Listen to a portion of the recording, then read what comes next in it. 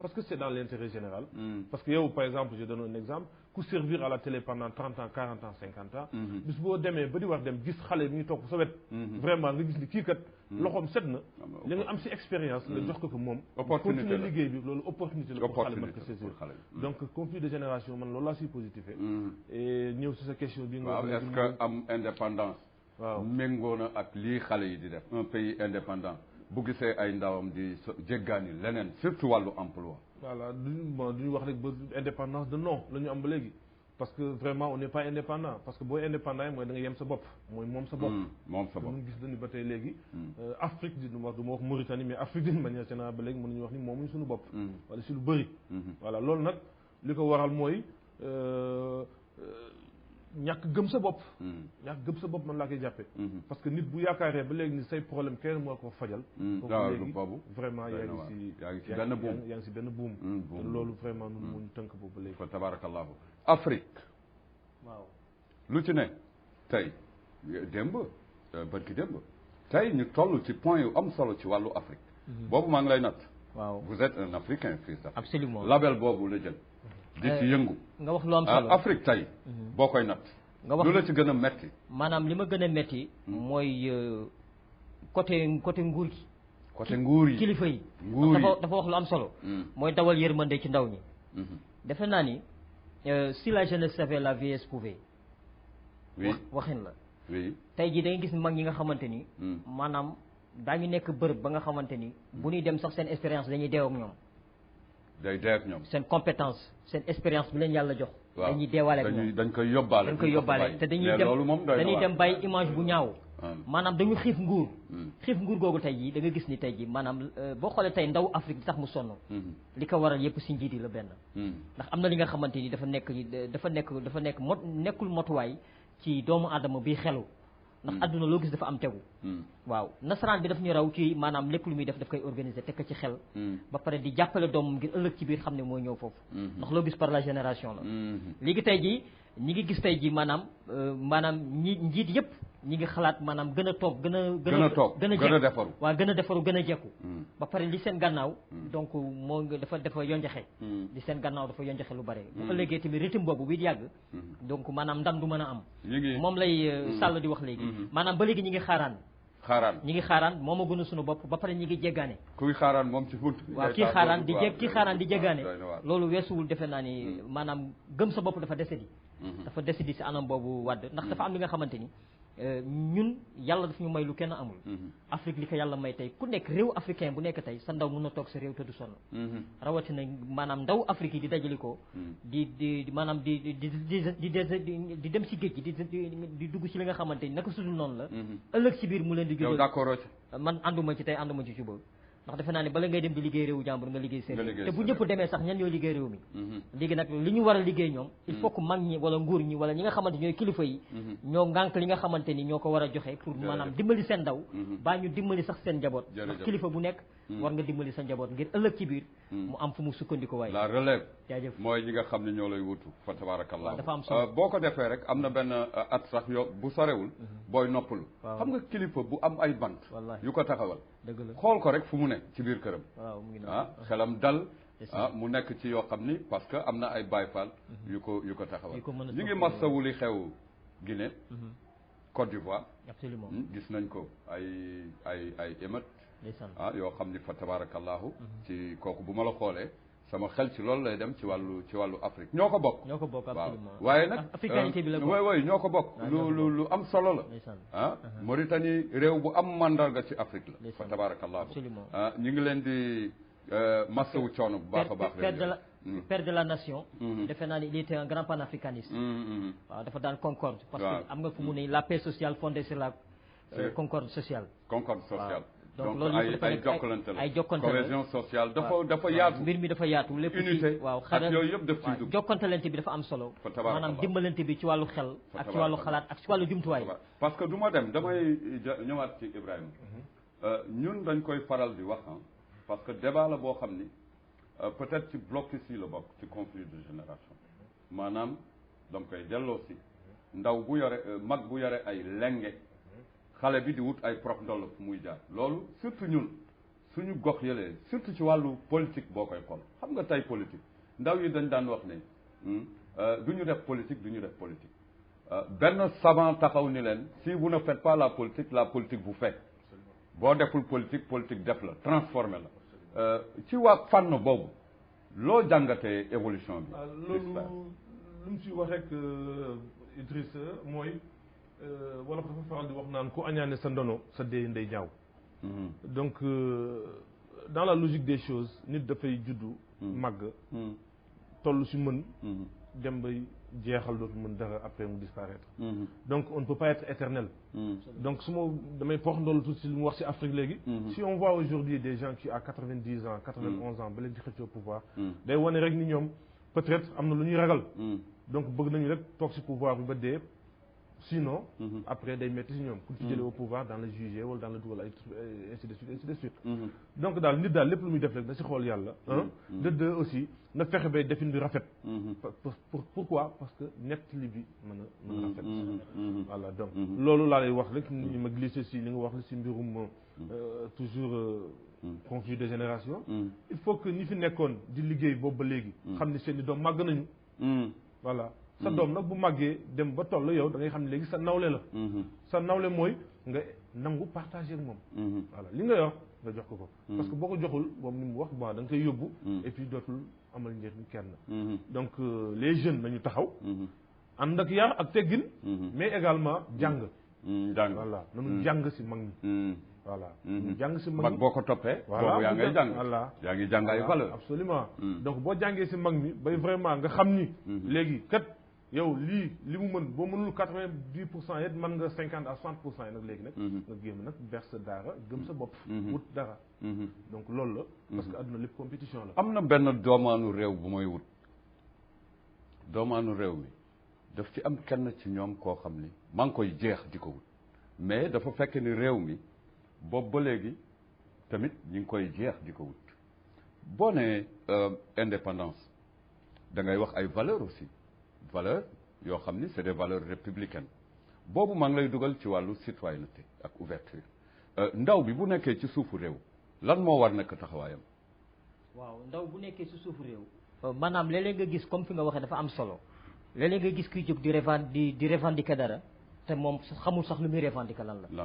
maanaam xamul li nga xamante ni bala ngay jóg di laaj ci sa wàllu ci réew mi maanaam xoolal yow loo defar réew mi. say devoir mat. comme boo jógee gis dara rek taxaw nga ni xaaral ma laaj sama wàll te yow xamoo yow lan nga defar réew waaw surtout doomaanu réew boobu laay wut xëy na ay saaga ngay def donc amoo li nga xamante ni amoo civisme bi nga xamante ni nit ki ku la gisee sax mën la naw mooy lan ndax mën nga romb ci mbedd gis xeer xam ni xeer bi xaleel mën na ci gaañ bu la gaañul dina gaañ keneen wala mu gaañ sa doom mais si sa yërmande nga jël ko teg ko fële xam nga kooku am na yërmande bi nga xamante ni ku ko neexal alal pour mu taal oto jàmbur maanaam ñi nga xamante ni jaaru tooxindoona yooyu mooy seen mbébét ci àdduna nga xamante ni ils sont prêts pour maanaam détruire li nga xamante ni pour yàq te dafa bari ci àdduna bi yàqkat yi ñoo ëpp ñuy defar maanaam loolu yëpp xeetu jàngat la ci réew ndax yow boo nekkee doomu réew maanaam tout le temps rek lépp luy jëmal sa réew ci kalam war nga ko jëmal ndax ëllëg ci biir yàlla sax moo lay yëkkati waaw ndax bala ngay wax naam ne fa am na ñi nga xamante nag loolu bàyyi ñu ci xel ñoom daal foo leen fekk rek lu nga xamante ni maanaam gisuñu seen bopp rek daan ko jéem a ñaawal baa ñu lëntal ko te loolu dafa bari ci ndaw réew mi waaw loolu moo ñu xaw tardel ci benn côté maanaam ndaw boo nekkee ndaw daal li ma naan bu ñu nee ndaw jógal ca ba ngay ndaw participation parce que dafa am li nga xamante ni lépp ci xel la la politesse de l'esprit consiste à penser des choses honnêtes et délicates nga tekki ko maanaam xel yaru xel la politesse de l'esprit consiste à penser des choses honnêtes et délicates sa xel bu setee mooy am na ñoo xam jànguñu école mais li ñuy doxale dafa mel ne daa gis ku nekk ñoo raw ku jàng daa gis ku nekk université yore ay kayitam mais maanaam du amul melokaan bi jàngale ci comportement ci waxin ak ci bu toogee ay doomu aadama nga gis ki nga xamante ni doomu daara la wala jàngul mais yàllaa ko yaral boppam moo tax li mu wax léegi dafa am solo lépp ci yarin bi ci la bokk ak xam sa bëgg-bëgg xam sa ëllëg ci biir ndax nit ki looy defal da nga ko war a seetaat ngir ëllëg ci biir objectif la pour ëllëg ci biir ndax adduna day dox tey ji gis nga travers la mondialisation ndax tey ji boo gisee doomu africain yi di dajali ko di dugg ci gaal di dem di désemparé ci géej gi di maanaam di diigal seen nos di diigal seen bakkan mu doon lu metti li nga xamante ni yow sax bu sa doom bokkul en tant que africain da ngay sentir ni yow tu es un africain parce que yow yëg nga ni continent bi benn la war nga yëg ni lii am nga ci kaddu mooy fi nga waxee léegi donc loolu yëpp dafa nekk ci li nga xamante ni lu ñu bokk la lu ñu war a waxtaane la suñu njiit yëpp mën a taxaw jàppale seen ndaw ngir ëllëg ci biir mais mbir mi daal wàdd dëgg neexul mbir mi dafa des lu bëri ci taxawaayu ndaw ñi ci wàllu tàggat lu bëri dafa des ci réew mi maanaam day am dara li nga xamante ni ñi koy ŋànk wala ñi nga xamante ni ñoom ñooy diriger bu yàggee rek seen bopp lañ fa nekkal te mbir mi du mën a wéyandi loolu yaakaar naa ni am nañu yaakaar ni dafa dugg ci politique gouvernement bi ci wàllu injustice sociale njiitu réew mi te ñuy gis ay mandarga yoo xam ni daf ñuy jox yaakaar ni ñu ngi ciy taxaw bu baax dañuy ñaan yàlla mu antu ndax nit ki dana am mébét ak askanam mais toujours moom ay blocus ndog-dog yi nga xam ni moo ñu fi tax a toog mais citoyen bu may wut bi xëy na kii dana mottali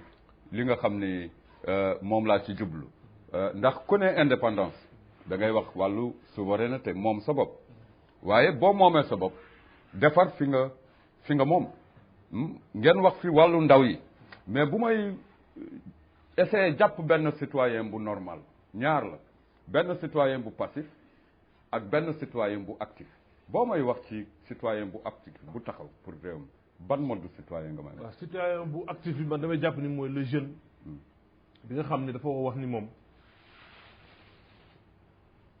réew mi sama alal la donc dama ko wax sàmm citoyen bu actif boobu warul wax ni quand un bien appartient à tout le monde il n'appartient à personne moom warul génn toj benn feu de brousse feu rouge wala warul comme ni mu ko waxee moom fekk fi ñu nettoyer place publique mu ñëw tuur fa poubelle mu koy gis fii citoyen la ba nga xam ni dafa war a fexe bay lépp li nga xam ni dafay jëmale réewam kanam rek moom mu nekk ci c'est-à-dire warul xaar moom vraiment ñu ko si poussé donc c'est ce citoyen là qu'on cherche mën nañu wax nag ni mun na am si nan mooy ñu vraiment tàggat jeunes yi tàggat seen xel foofu dama fi dugg tuuti sur le rôle des maisons de jeunes aujourd'hui infrastructure de jeunes absolument on a une maison de jeunes loisirs culture mais tey boo demee maison de jeunes loo fay fekk alors que c'est ça le rôle d'une maison de jeunes maison de jeunes tey war na fa def ay cellules yi nga xam ni dafay nekk ay cellules de communication centre d'écoute d'orientation bibliothèque centre d'écoute ku fa dugg xam réew mi voilà ku fa dugg mën fa jëlee dara ku am lu lënt si réew waaw loolu nag Ibrahima dañ fay taxaw quoi parce que boo ko xoolee aussi ci maison de jeunes yëpp amu fa ci réew mi c'est pas animé man maison de jeunes yi kañ lay animé mooy bu amee réunion politique wala benn village buy def ay assemblée générale wala association ñoo fay ñëw xumbal ko sinon amul dara lu fay ubbeeku alors que ça war nañ ko xoolaat donc état war na xoolaat loolu ces maisons de jeunes là doivent vivre les jeunes war nañ fa dem à chaque fois dafa leen manqué voilà surtout si wàllum civisme parce que du ngay jàng école mais xëy na du doy mais boo demee ba conscient vraiment nga mën dem maison de jeunes jële ko li nga xam ne dañ la permettre yow nga xam ne ce pays là c'est un ce bijou la da nga ko war jàpp dafa la wax gënal lu nekk donc nga mën vraiment di sacrifier wu pour ce pays tàggat ndaw bokk na ci su may jàpp ci li ngay wax tàggat ndaw bokk na ci bu waree jàng mu jàng mu am soutien bu waree itam ubbi xelam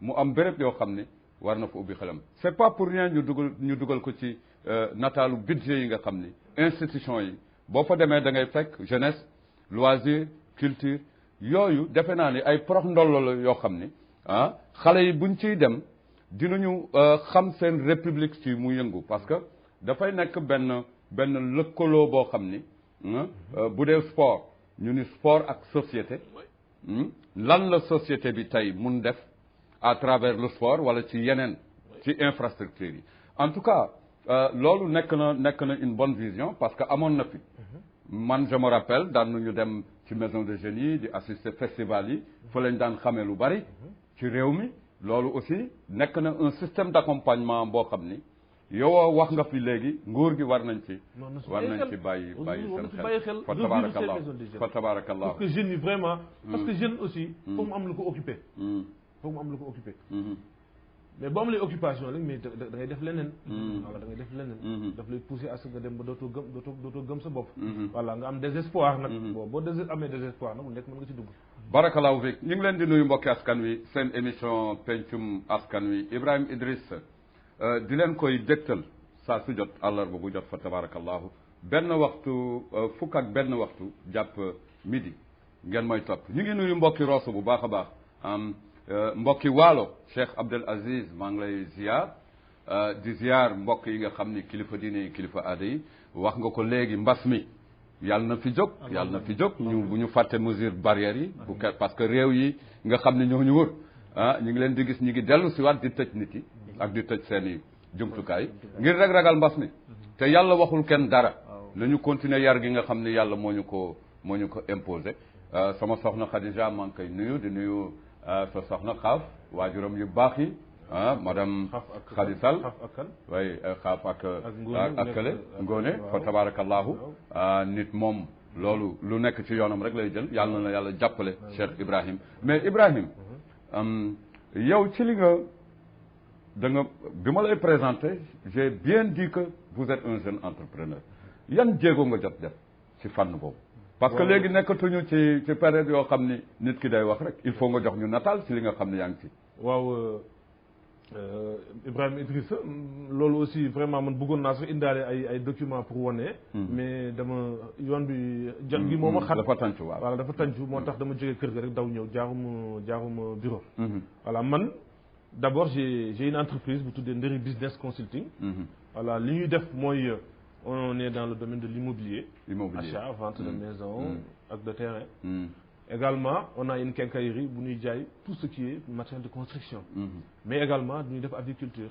voilà on a un poulailler voilà et ak une papeterie donc man daal genre ku ko finance consortium yow wax waxul ndimbal kan moo ko finance du ma wax waxul ndimbal parce que man fonds propre man maa ko financé nga de ba léegi bay sa weewu tànk bay sa weewu tànk donc voilà si loolu laa nekk et j'emploie 2 personnes man ak sama ñaari benn assistante ak benn gardien donc ñoo ngi foofu au PK 10 parce que du ñu loué woon au départ mais léegi yàlla dimbal nañu ba ñu tabax suñu bureau bopp fa la ñu nekk voilà di bay waar di jaamu yàlla donc c'est ça loolu si loolu ñu nekk sant yàlla waaw boo doon taxawal ndaw bi nekk Waalo loo koy wax ndaw ki nekk Waalo tey booy wax ak moom parce que ñu ngi lay seetaan ki nekk Waalo dama koy wax ni que mën na réussir Waalo comment il n'est pas obligé de venir à Nouakchott mbir mi yàgg année passé nañ Ibrahima non Waalo parce que c'est-à-dire adduna bi mais il y a que l'agriculture moom moo développé mais adduna bi sax adduna bi bu ñuy xool mais ñaari révolution rek moo am agriculture révolution industrielle ak révolution am nga ay périmètres fële yu doy waar donc aujourd'hui bare nga périmètre bare nañu périmètre donc lan espace voilà lan la ñu soxla mooy ñu taxaw d'abord commencer état bi fekk si leen parce que état bi créé na ay jumtukaay yaa CDD mu ngi Rosso par exemple jeune bu fa dem taxaw indi lu leer daan la mën financer et nga liggéeyal sa bopp tu n'as pas besoin de venir à Nouakchott surtout boo am les diplômes mais wax bi yomb na de mais ngay wax c'est possible dafa bu doon demee noonu tey kon moi je vois que c'est possible les jeunes peuvent réussir là où ils sont parce que Nouakchott boo amulee formation boo fi ñëwee loo fi def donc toog au village fexe ba am fa sa périmètre bu baax commencer d'abord il faut commencer d'abord parce que nit moom laa waxoon si jëlbeen bi rek pour nga réussir d'abord da nga siy nekk da nga siy nekk il faut être là-dedans voilà être là-dedans volonté voilà engagement voilà et persévérance il faut persévérer voilà yàlla da la ci fekk nga am financement et puis tu vas voler de tes propres ailes moi je pense que ni loolu mais pour yow booy wax ci yaa ngi wax ndaw bi lu simple am ngeen suuf taxaw leen espérer bay ngeen bay réussir mais booy wax blocus ci wàllu bay tey parce que ñoom lu mu néew am nañu ay jafe-jafe man je pense que ni blocus bu may njëkk a wax mooy si ñoom la seen bopp d'abord seen bopp parce que les jeunes pensent que ni bu ñu nekkee foofu la mën ñu réussir dañuy gis toujours que ni ku nekk Nouakchott moom mu yore solution bi alors que la solution venait de là-bas bu leen ko fàtte am nay jamono par exemple ñun su fekkee wuñ ko peut-être wala dunduñu ko mais suñu ay baay wax nañ ni ñoom lépp Waalo daan jógee lépp Waalo daan jógee donc tey la Waalo Waalo ay waaye réew la woon voilà réew la woon ba lu nekk tey ñu yaakaar ni fii lañ ko wax jële yóbbu ko foofu donc ñu nekk ni foofu ñoo xoolaat seen bopp man daal ñoom laa jox mbir mi ñu fexe ba xam ni rek def seen bopp ni mën nañu réussir gëm nañu mën réussir foofu parce que nit ñaa ngi koy def et c'est possible jeunesse d'Afrique arrêté nañu taxaw bañ a gëm dem parce que gis nañ ko ci information yu jour yi mu doon lu metti xol immigration clandestine fléau boo xam ni réew yi war nañu taxaw waaye yéen lu ngeen fi wax mooy ndaw yi nañu def prise de conscience ba pare ci ñoom la mais Fils d'Afrique yow ku la waxoon nga dem bayi waalo di nga dem. waaw dinaa dem. ku la joxoon suuf. dinaa dem bay parce que boo duggee ci boo nekkee boo fekkee da nga am looy wane bu fekkee da nga gis nga boo gisee tey chef d'état. boo gisee tey bu fekkee dañuy tabax benn affaire da ngay gis en tant que leader bi day ñëw mel ne luy teg benn muul. kooku yenente bi moo ko jëkk def. yenente bi. moo jëkk doxal loolu sallallahu alayhi wa sallam. maanaam bala ngay wax naam ne fa. maanaam lépp looy def tey ji su fekkee man dama nekk un artiste ma toog fee yow nga ñëw man la noo du ma bay damay bay def ci image parce que je suis un porteur de voix. image boobu dama koy génnee te day jaayu. image yu Afrique de si gis boppam image yu Mauritanie de si gis boppam. moo tax boo nekkee ci mbir maanaam boo nekkee njiit. yow waneel li nga doon. duggal ci terrain bi ak nit ñi. nga fayit ak ñoom. bu yàggee ñoom dañuy am cawarte. boo déggee ñu la l'homme est un apprenti, la douleur est son maître, ni ne se connaissant tant qu'il n'est pas souffert. waxin la. dara du koy sotti. mais tubaab foofu dafa naan l'homme est un apprenti ana patron amul yàlla mooy patron. mais ku jàpp sa bopp taalibe nga rek. boo gëmee li ngay dem yàlla daf la ci may ndam. maanaam loolu day dindi complexe. day dindi li nga xamante ni lëntu ndaw mu mën a toog. man tey boo ma joxee jumtuwaay. dinaa toog. parce que boo déggee Omar Pène mu ni. jumtuwaay ban. boo déggee Omar Pène mu ni ban jumtuwaay. dem ci bitim réew. non boo ma joxee jumtuwaay. dinaa toog ban ci jumtuwaay. maa ngi ñëw Omar Pène dafa am benn chanson bu mu woyee mu ni dem ci bitim réew di ca fowee sa bakkan jar naa toog ci réew. ndax nga ni yaay mu ni naam. yow sa yaay ngi toog sa famille ngi toog koo ni diw mun la naam dafa neex. mais am na ñi nga xamante ni dañ dem ba xaddi. nga wax lu am solo Sall. ce qu'on appelle la prise de conscience. lépp lu waay di yëngu ci àddina boo amul loolu doo dem. tey ji boo gisee leaderu africain yi yoon jaxee maanaam ñu échec. di xalaat ni comme li mu wax man dama war a toog ba dee wala sama doom ñëw. kooku manque de prise de conscience la. kooku tànk amuloo ko wala doo ko dawal. mun nga ko wax nii rek mais nekkul ci yow. xam nga nit bala ngay wax dara looy woote nuru ko. maanaam tey jii loolu dafa nekk li nga xamante ni yokkul te la ci ndaw ñi. ñu toog mën a liggéey. parce que loolu dafa nekk li nga xamante ni développement wu réew mi la ak li mu wax léegi. sa gox sax daanu toog ndaw yi bu fekkee ndaw wàllu yëpp tey dañ ñëw Nouakchott. léegi mag ñi foofu tey dañuy gën a sonn. kan moo leen di ana imam yi. ana ndaw yi war a jàppale jeunesse bi foofu anamu. parce que chaque lii ma ni commune bu nekk dafa war a am jeunesse am d'abord. maanaam setal wàllu jàppalante loolu dafa baax ci ndaw. kuréel la yi nga xamante ni dafa laaj jàppalante mais léeg-léeg nag day am ay lënt-lënt yi nga xamante ni moo tax mbir mi du am continuité comme ni mu wax. indépendance bi ñu ngi ci la ñuy jublu. da ngay gis ndaw ñi dañuy dajale ko wane ay mbir mais loolu du tax du am continuité. parce que équipe. jeexantal boobu. loo gis il faut mujjanteel boobu. da ngay gis équipe tey jii équipe. bu ñu nee coupe du monde en 2022 exemple wala coupe d'Afrique. équipe bi mi ngi entraîné. du toog ba ñu suba la match bi mu fubal. mu soobu bu demee day am problème. parce que déggoo amul. physique nekku fa. da leen di dóor yu métti. maanaam ndaw ñi waruñu toog ba indépendance ñu dajale ko wala am ñu ñëw jox leen benn wéccit. def leen lii ñu def ko image wane ko télé. happy ko noonu jeex na noonu. loolu li nga xamante day tàkk fay. mais mbir mi lu dul fay la. li mu wax léegi ci wàllu maanaam. durabilité bi nga xamante ni day am benn continuité bi nga xamante ni ci wàllu culture ci wàllu lépp li nga xamante ni. dina may doomu aadama gis-gis. pour mu mën a toog ci réewam. africain nag dafa am lu ko yàq. moom bu déggee capital rek yépp dana ñëw bokku ci capital bi. maanaam fa la lépp mais gox yi dañu war a écarter pour nit ñi écarter wu. parce que da ngay gis ñi nga xamante ni ñi ngi si réew mi. te amuñu kër sax. bokk ci réew te amoo kër. lu ko waral africain normalement àll bi yaatu na. dëkk bi yaatu na ku nekk bëgg a dem bay sa war. nit ñi fekk yaatalante boobu. dafa am solo. damay rappeler Ibrahima am na loolu la excité ci li mu wax dinaa la ci bàyyi mu nekk suñu génn loo xam ni timing bi. mi ngi ñuy tànc. mais am na loo wax lu am solo.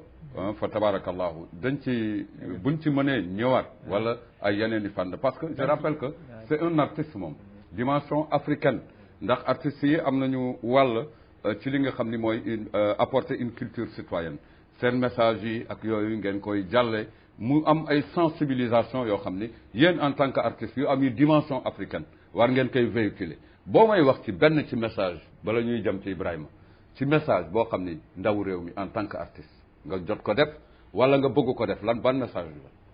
message bi may def mooy ñu dajale doomu réew mi. dajale leen mën a waxtaan suñu biir. mën a mànkoo mën a déggoo ngir lan soqali réew mi ëllëg ci biir mu mën a. maanaam kuréel bi nga xamante ndaw réew mi am kuréel. mais il faut que mu nekk li nga xamante ni maanaam dañ koy daje. daanu am daje bi nga xamante daan ci mën a waxtaan. ngir mën a soqali mbir mi ngir ëllëg ci biir mu am weegawaay. ndax lu amul weegawaay rek du am jàppale. états généraux de la jeunesse mauritanienne. boobu ñu jukki Ibrahim bala ñuy génni loo mën jukki ci li nga xam ne dégg nga ko parce que maa ngi la seen ngay bon li mu wax dafa am solo mais dafay dellusiwaat tuuti comme su ma la waxoon rek si mbirum mbay mi parce que da nga ne ndax bu ñu la joxee ay moyens daa dellu waalo di bay mu ne la bien sûr man dama koy dëggal rek mooy li ma waxoon toujours rek man la adduna bi ñaari révolution moo fi am la révolution capitaliste ak la révolution industrielle voilà révolution industrielle nag fan la jógee mais si mbay c'est le mouvement des enclosures moom mooy Grande-Bretagne tey bu amee doole donc si mbay la jógee donc mbay moom mooy force bi voilà donc c'est possible mais foog nit ñi gëm ko voilà léegi nag par rapport ak li mu wax ni man lu ma si gën jàpp mooy fu mu jeexale mooy états généraux de la jeunesse bi nga wax dafa am solo parce que ay jeunes aussi waxuma sax ay jeunes mais ay nit duñu wax toog di waxtaan parce que waxtaan si li jógee donc loolu dafa doon li nga xam ne ay moment indépendance et voilà nattukaay surtout période bi vraiment jeunes yi war nañu am benn fenêtre wala benn kuréel ba nga xam ne moo leen di lëkkale vraiment ñu mën toog waxtaan wax ñoom d'abord seen gis-gis wax seen xalaat ci réew mi mais également wax lan moo leen baare voilà bu ñu blocus voilà seen blocus pour mën atteindre jërëjëf fa tabarakallahu mbokk yi askan wi seen émission pencum askan wi Ibrahima Idriss Wade di leen ko dégtal à chaque fois ñu ngi sant yàlla parce que moo ñu koy may te amaana aussi ay wax génn na fi du suñu coobare waaye lu ci baax rek nañu xam ni bëgg a defar réew mi yàlla may nu ñu jàpp réew mi maa ngi nuyu sama waa kër Papa Sidi Mokhtar Ndiaye di leen béggee bu baax a baax doyen Assane président Aprolao maa ngi koy nuyu Maxa ak ñi nga xam ne ñu ngi ci ëttu wolof rim di jéem yëkkati waaye xëcc bu dagul dikk fa tabarakallahu juróom benn fukki at incha allahu rabbi am nañu yaakaar ni Mauritanie dana ubbeeku ci fànn yëpp fa tabarakallahu yàlla nañu ko yàlla may mbokk yi am di jàmm yi du ma dem te gërëm Mariam Mint Koyti également Mariam Mint Xuna di ko bégge bu baax a baax ñoom daa fa tabarakallahu caméraman yi taxaw ñu ngi leen di sant di leen gërëm yàlla na réew mi am jàmm ñi ko ŋànk am jàmm waaye nag ndaw yi ak citoyens yi lu ñu gën soree am jàmm bi jaayil Mustafa al Karim Seydina Muhammad mbokk yi am di jàmm yi àllarba laa leen di jox rendez-vous yàlla na ko buur bi yàlla antul ci yeneen numéro fa tabarakallahu ma dédicacé sama waaw sama doom waaw ndeysaan ku baax ay am na entrée en sixième ak xale yëpp yu am entrée en sixième fa tabarakallahu rien que le travail paye il faut travailler ci wàllu éducation ak yooyu mbokk yi am di jàmm yi ma jox leen dox daje insha allahu rabbi mercredi àllarba bii di ñëw ci beneen numéro ak ci yeneen i gis-gis fa tabarakallahu alhamdulillahi rabbil alamin